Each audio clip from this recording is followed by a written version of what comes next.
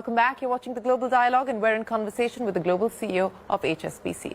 I know that you've been asked this question and you've answered it to say that you don't believe that sacrificing certain businesses at this point in time makes sense, that the future should continue to look like where the bank currently is, of course, expanding your various businesses. But if there were to be more investor pressure, do you think that that is an eventuality at some point that you are going to have to acknowledge and deal with? No, I don't believe that's the case, and it's not the investor pressure I'm feeling. Our institutional investors believe in our international model. Our customers believe in our international model, and the facts support it. 15% growth this year in international activity, whether it's trade or overseas account opening, is a supporting piece of evidence. So I believe we have a good business model. It's worked well for 157 years, and it will continue to work well going forward. So while you don't envisage a split of any kind, but what changes, if any, are you likely to make within the bank, and especially, you know, on being able to open into new markets, on digitization, for instance, which is, of course, a big theme that most people have sort of accelerated their moves towards digitization post-COVID. You know, some of those aspects, how are you dealing with them? Digitization is critical. Last year we processed $660 trillion of payments on behalf of our clients, 98% of which were fully digitized, straight through processed. We're one of the biggest payments organizations in the world, one of the biggest foreign exchange houses in the world, and the biggest trade bank in the world. So you can't be that organization and not be committed to digitization. You can't cope with that volume in a resilient fashion if you don't commit to digitization. I think it's a massive unlocking of economic potential, and that's evidenced here in India. And I applaud what the government have done in building a digital architecture for the economy by the government to allow the businesses of India and the world to create business models that would not be possible without that digitization. So we're fully committed to it. We're also looking to do the same thing, and I think we've underinvested in digitizing our global wealth proposition, and that's the journey we're now on. We've done a lot on corporate banking. We're now doing much more on international retail and international wealth management, and there's a significant investment program going into that of, I think, around about $2.5 billion over the next few years to achieve a truly international retail and wealth management business. You know, you talked about foreign exchange, and let me ask you about what's happening as far as the currency markets are concerned. Do you believe that the dollar strength, the kind that we are seeing today, is likely to continue? At the moment, I would say so, yes. Dollar is very strong, but that's driven largely by the interest rate yield curve at the moment. Also good economic prospects over the medium term in the US, and that is a challenge for other markets. But yes, I do believe there'll still be a strong dollar. M&A activity, do you believe that 2023 is almost halfway through 2022, but 2023, do you believe that we're going to see a tapering down of M&A activity, or do you believe that that's likely to continue? I think when you have this level of economic uncertainty and you have a readjustment of the monetary policy and higher interest rates, that's going to have an impact on M&A. It's going to have an impact on IPOs, because everyone's got to revalue the economy going forward compared to an economy that was based upon 0% interest rates. And some of the M&A activity that may have been possible with low interest rates will have different economics associated with interest rates, whether it's 2%, 3% or 4%. I don't think that's unhealthy. One could argue we had a little bit of a false market over the past 5 years, 3, 4, 5 years, because of artificially low interest rates. And some business models were attractive, you know, on an NPV basis. When you look at 0% discount rate, when you look at a 3% discount rate or a 4% discount rate, it's going to have an impact.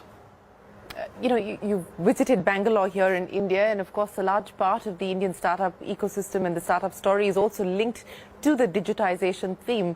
What do you make of the Indian fintech story? Oh, it's huge. It's exciting. I mean, we personally we now bank around 1,000 startups here in India. And I think we've got around about 43% of the unicorns as clients, which is great, and credit to my team for doing that. They've done that silently, in a determined manner, and in a very professional manner. And I met a number of them yesterday. I met a number of the fintechs and unicorns yesterday. Very exciting. What I love about it, huge intellectual property in their thinking, followed with great execution, and building upon the platform that the government have created on the payment trails, the digital identity, the enhanced bureau capability. And I think what you've got is very innovative business leaders, but also very strong execution models. And that's a powerful ingredient. Exciting, and we'll continue to support them in every way we can. Including collaborating with them and partnering with them? Collaborating and learning from them. You know, we've got to keep learning. We're a 157-year-old institution.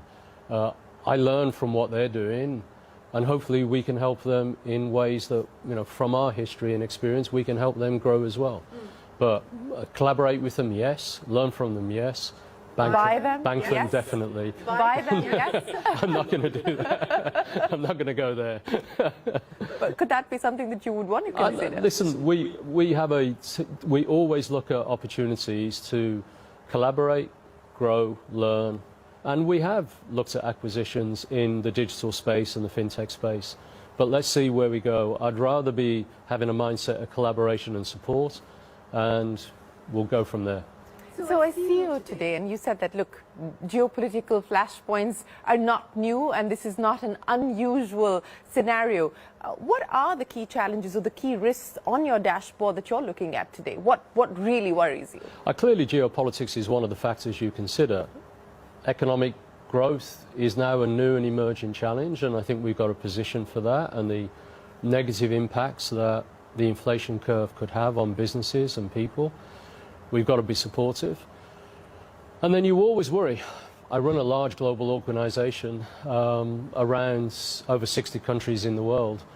You always have something high on your agenda, and there's always something you need to focus on. From my point of view, for HSBC, I'm as focused on continuing to improve the performance of the bank, improve its returns, improve its profitability, and improve its customer experience. So I got a huge investment program. I want to make it happen. And the 12% return target on track? Yes. I wouldn't have said it if I didn't believe that we can achieve it. And that's important. That's the first time in 10 years this bank will have reported a 12% plus return next year, if we can deliver that, and I am determined to deliver it. And that is an important milestone. And I believe that isn't purely predicated on rates. If you compare the yield curve today to the yield curve the last time the yield curve was at that position, our returns next year will be at least 400 basis points higher than the returns we had when the yield curve was here before. That's because we've improved the operating performance of the bank, the underlying leverage of the bank, and the operating leverage. So the returns we're getting is normalized rate. For me, normalized rates in a banking world is 2 to 2.5%. I don't think any bank business model should be predicated on enduring 3 and 4% interest rates. I believe it's right to have normalized interest rates 2 to 2.5%, and I believe at that level, with the operating leverage we've created, we can deliver 12% plus.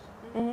You know, let me end by asking you about some of the sort of new trends and that have been around for a while. What do you make about the recent sort of fall that we are seeing in cryptos, and do you believe that this is a story that's now on its way out, or it's a story that is going to see another revival? You know, the move towards payments being digitized completely, and we're talking about central banks looking at digital currencies and so on and so forth. What is that going to mean? How does that change the mix for bankers like you? Well, listen, I would class myself already as a digital payments house. At 98% of 660 trillion, you're digital. I'm a fan of CBDC. I think there's some good use cases for central bank digital currencies, particularly cross-border remittances for personal customers, and particularly SME cross-border payments. I think a CBDC architecture could help those two use cases tremendously. Crypto, I think I've made my views fairly clear. As a bank, we're not getting into the crypto world. Crypto trading, crypto exchanges. I do worry about the sustainability of the valuations of crypto, and I have done for a while. I'm not going to predict where it will go in the future. One of the problems with crypto for me is it's hard to predict where it's going to go in the future. It's too volatile. And as a product, I question the suitability of that product for many of the consumers in the marketplace today. So that's why HSBC is more negative on crypto than other banks. The underlying architecture and digital capability that underpins crypto, I think, has got great use cases. Distributed ledger technology, fantastic use case in tokenization of capital markets. So we're investing in tokenization, we're investing in CBDC, but I'm not bringing crypto product to the market for our clients because I worry about the volatility. Noel, thank you very, very much for speaking with us on CNBC TV 18 on the Global Dialogue. We wish you the very best of luck and look forward to seeing you back here. It's a pleasure. Thank you so much for having me. Well, with that, it is time for us to wrap up this special edition of the Global Dialogue. We'll see you again. Till then, from all of us here, goodbye. Many thanks for watching.